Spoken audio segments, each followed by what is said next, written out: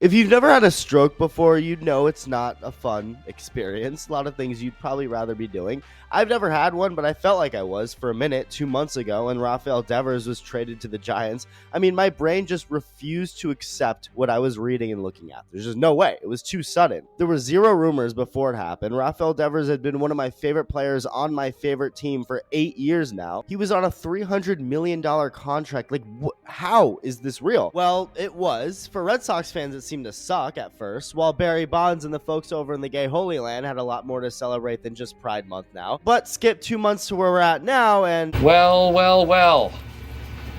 How the turntables.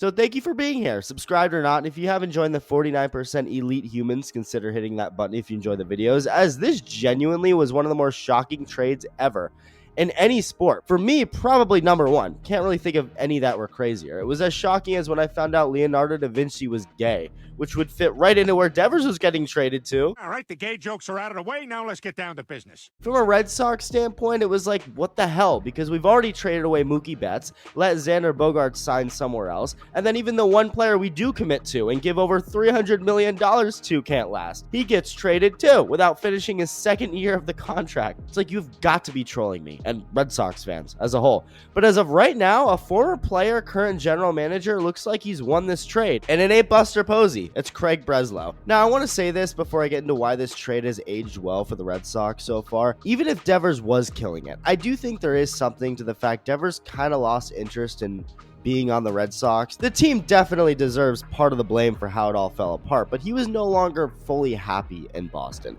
hence why he was so quick to accept a trade across the damn country. And trading him and his contract away frees up money the Red Sox can use elsewhere to help parts of the team they need more help in. Plus, they have a lot of young talent, like Roman Anthony, biggest example. It's not like Devers was the Red Sox version of Aaron Judge, if that makes sense. If Judge went somewhere else, like San Francisco, where his brother ended up instead, thankfully for New York, the Yankees would be Hall of Fame screwed. The Yankees need Judge to be good in order to be good as a team, as much as Friends needed a laugh track to manipulate you into thinking it was hilarious. Trading Devers, even if he is great in San Francisco, isn't at all the end of the world for the Red Sox. It was more of just an unfortunate situation that needed to be fixed. Devers immediately seemed happier in San Francisco. He seemed more open in San Francisco. He seemed more willing to even start dating men in San Francisco. Is what I want to say, but I won't. Because I'm mature and done with the gay jokes in this one, like I said. So Rafi puts on a Giants uniform and is instantly more open to doing what the team wants him to do. He starts saying all the right things, which is never what he did this season in Boston. He only ever said, and I'm paraphrasing of course, screw their opinions, I'm not playing the field. They already told me they wanted me to DH. I hope Craig Breslow gets hit by a bus. Now in San Francisco, he's only ever said, and I'm paraphrasing of course, playing first base specifically for the San Francisco Giants has always been my biggest dream. Buster Posey, a white catcher from Georgia, was always this young Dominican kid's idol. God bless this team. And so he's been getting some work over at first base, mostly in practice. He's only played a few games at the position so far. But I'll tell you what, it's not like he's dogging it. He did struggle in the game against the Mets defensively a few weeks ago, making 3 different missed plays of just bobbling the ball, not realizing he had to go back to first to receive the out on a ball hit back to the pitcher, or this one, which was tough. I mean, this is a pretty hot shot, not necessarily easy, but just overall, it wasn't that pretty. He did just on Saturday night against the Rays make this really good heads-up play. Catches the ball from the catcher for the out, which is simple, but then immediately noticed Ha-Sung Kim gunning for third, so he fires across the infield to gun him out. Great play! What wasn't great was the Giants only scoring 1 run on the night, though, losing 2-1 and striking out with the tying run in scoring position to end the game.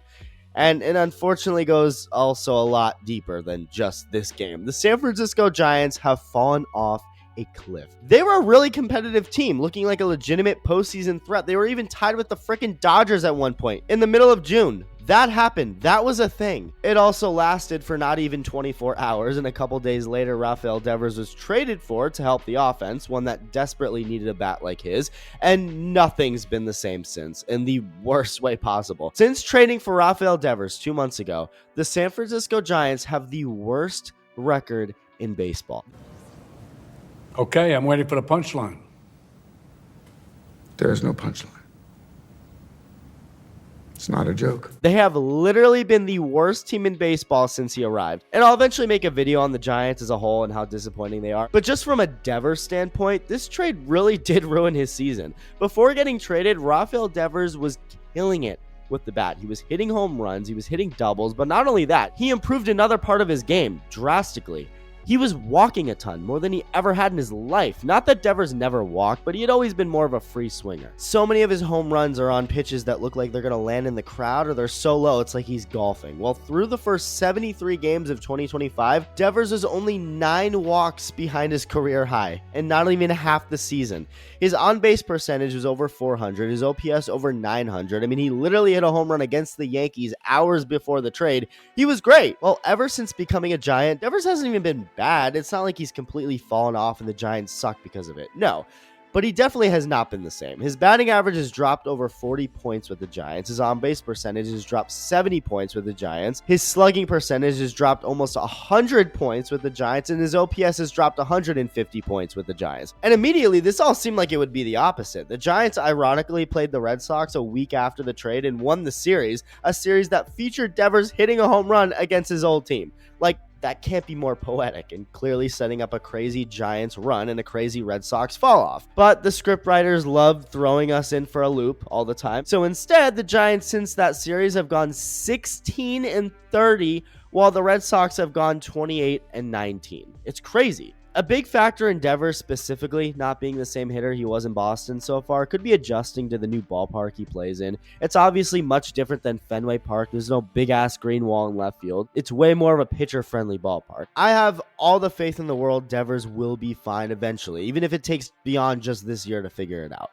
But there are some interesting differences to his game beyond just the results stuff I talked about. I mentioned the Green Monster no longer being there for him. Devers is hitting the ball way less to the opposite field as a Giant, which that's been a pretty big part of his game his whole career. He's only hitting to the opposite field about 20% of the time compared to about 28% in Boston, which would make sense because there's clearly not much of an advantage to hitting fly balls to left field in San Francisco unless you want to see the Toyota advertising out there, which I guess is cool if you want to see those creepy looking things staring at you. Devers is also striking out way more as a Giant. He has a 30% strikeout rate so far with them. In his last career high, 25%, which was 7 years ago.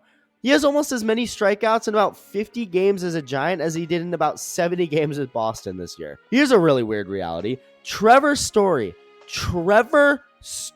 has a higher WAR, aka wins above replacement, than Rafael Devers this year. Now, obviously that stat doesn't tell the whole story, but telling someone that would be the case 2 months ago would have been like saying Taylor Swift was dropping a rap album featuring R. Kelly. Yet here we are 2 months later with Story actually having a better WAR while Taylor Swift hasn't released that album yet. Rafael Devers hasn't been atrocious, and he's actually been much better in August after a bad July, but he could be on a much better Red Sox team right now. Again, I understand his point of view from the whole situation. Like, I understand both sides, so I'm not even fully blaming him for being okay with getting traded, and I don't know if I ever fully will. I mean, it's just one of those things where it is what it is. But his overall production going down, combined with him having to be on the literal worst team in baseball since he got there, cannot be that much fun. Let me know your thoughts, and thank you for watching. Love you. Bye.